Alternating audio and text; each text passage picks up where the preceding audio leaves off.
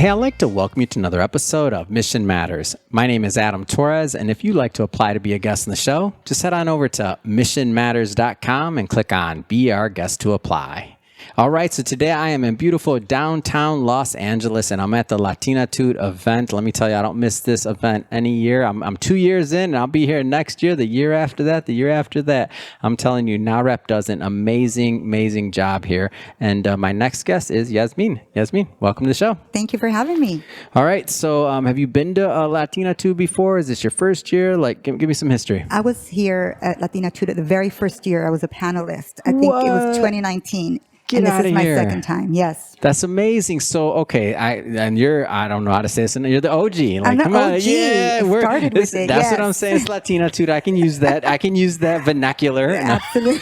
Latinas with attitude, but good attitude. Great attitude. Yes. So, the growth. Talk to me. Like when year one, I mean, it's always been behind NAREP, and I mean, it's amazing. And NAREP does great work, but like the growth year over year, I've only been here since last year to this year. Like, talk to me, like what you've seen in the evolution. Well, it's evolved so much. It's so diversified now in the way that they have the booths. Before it was just a panel. It was a panel, and it was maybe about 100 people. Now it's grown to about 200 people, if not more. They have booths, expos. They have all these different speakers. And at that time it was maybe like 5 of us.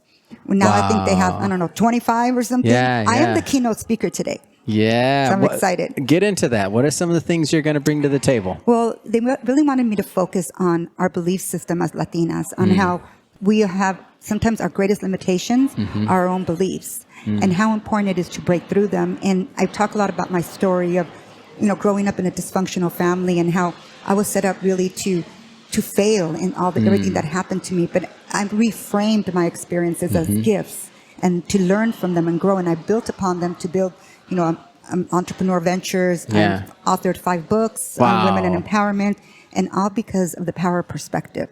How you see yourself and what you've been through can determine your success, because you either build on even your own trauma, you can build upon it, or you can let it defeat you. So you have a catalog. 5 books is a catalog. I never thought of it like that. No, it is. It's a catalog. Okay. What is what drives your catalog of content? What drives that, like you creating content? What drives that? I started with my first book called Empowering Latinas, Breaking Boundaries, Freeing Lives. Then I crossed over to mainstream multicultural women. And now my last book came out last year, and it's about humanity. Wow. So my books evolve as I evolve as a human being. And so I've evolved into really wanting to empower humanity, where, better human, better leader. Yeah. And how becoming a better human makes you a better leader. And you cannot have one without the other. So it's truly about leadership, but about humanity. And especially during these times, leadership is not at our best right now with the examples that we have. And, I would not want to tell my little children, be like these leaders here that, so, but at the same time, it's about teaching them that leadership is aligned to humanity. You cannot be a great leader and then be a horrible human being. So it truly is the alignment about wanting to be better, become the best version of yourself, so that you can contribute to society and the world in a better way, a better mother, better father, better brother, sister, child, to your parents, to society. I mean, overall, it's a win-win. It's just not focused on just leadership, because that's my focus is leadership. People tend to separate the two, and they can't be separated to really be successful. Talk to me a little bit about what it looks like and what it's meant to you to build, like, not the catalog in terms of the books of writing, but also the brand and the theme, because there's a theme through your work from book to book, also in what you're putting out, whether it's on social media or otherwise. Like, talk about what that journey is like for you. For me, it's always about empowerment, but about living in truth. And what that means is that everything I experience, I share with my audience. Yeah. Every tragedy, every heartache, whatever it is, I reframe it as a gift, and I share it about what I've learned through the pain, through the sorrows. Did that come intuitively, or did that take like some time to get there? Well, the first book I wrote, the Empowering Latinas one, it really came from pain, but I wanted to write it from a place of contribution to the Latino community about Latinas, like own your life and don't allow cultural traits that hurt you. Don't allow yourself to follow them, reframe them. And it was in 22 countries, English and Spanish, women all over the world telling me thank you. You know, I felt there was no hope. So learning that sharing my story became my strength, that sharing my story became my freedom. I realized that that is the path, because my life, I can honestly say I live a very fulfilled and internally just amazing life, because I live from the inside out. Yeah. So I have evolved in that way, where now I know it works, and the brand is built on that, on truth and authenticity. So as I go on my journey, I take my audience with me. Now, did that, and the reason I asked this question is because there's a lot of people that watch this that they have powerful stories too. Yes. And now everybody's in their, like their own, they're in their own place. Like some are more comfortable, it comes intuitively. Some have to get over some fear. Some have, there's a lot of different things. Like, so even on that first one, when you're talking about, even on this interview, you're talking about like, you know, maybe the childhood or growing up was not the easiest.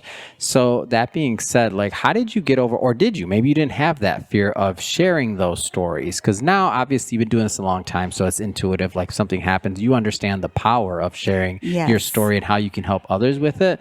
But was it always like that, or did you get over it to like, how did you get over that hump? If there was one, maybe there wasn't. So I'm a true believer that if your purpose is strong enough, it overcomes any fear. So your conviction of what you're trying, the message you're trying to relay, needs to be stronger than your fear. So when I go on stage in front of 10,000 people, I never worry about what are they thinking about my hair or how, because my message. Worry. I'm like, is my hair in place? Like, what's going on? You know why I don't like, worry? I'm worried Because my message is so clear what I want to relay. My message isn't that clear. I'm just like, how's my hair? That's the problem. Your message needs to be more with conviction. No, I ask questions. I'm good. Okay, you're good then. Because if you my hair better be good too.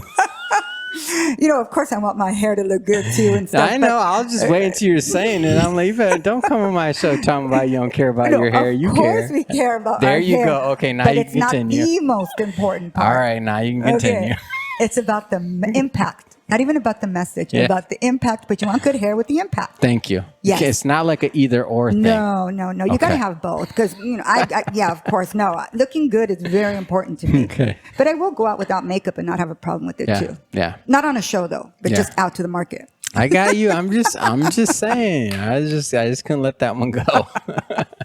So what's next? I mean, what's next for you in your career and your books, your content? Like, what's next for you? What's on the horizon? So we're excited because we're launching a week from today our college program, our University Young Women's Leadership Program, in partnership with the USC Marshall School of Business and University of La Verne. Wow. And it is at the University of La Verne. And so that'll be out by September, we'll say? That starts next weekend, August. Yeah, so next weekend it goes through November. Okay. I just want to make sure, because this will be released in 5 to 10 days. So we'll say that it'll already be out. Yeah, there it's you out. go. And so and then we created an AI communication empathetic tool called Grace. So Grace helps you learn how to communicate graciously, assertively. That's amazing. So it's a tool that our alumni are starting to use. So it's basically my methodology in my book, in my last book, incorporated into Grace. So it's like having a Yasmin with you at all times to tell you how to communicate. Oh, wow. How'd you come up with the name, Grace?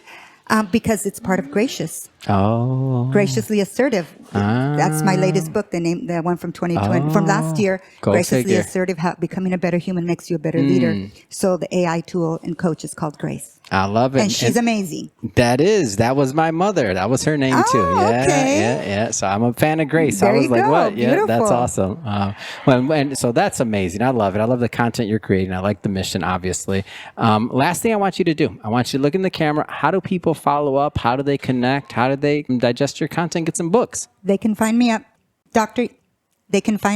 Yasmin Davidds, either on LinkedIn, Instagram, TikTok. It's Dr. Yasmin Davidds. Fantastic. And for everybody watching, just so you know, we'll definitely put some links in the show notes, so you can just click on the links and head right on over. And speaking of the audience, if this is your first time with Mission Matters and you haven't done it yet, hit that subscribe or follow button. This is a daily show. Each and every day we're putting out new content, bringing you new ideas and hopefully new inspiration to help you along the way on your journey as well. So again, hit that subscribe or follow button. And Yasmin, again, thank you so much for coming on the show. Thank you for having me.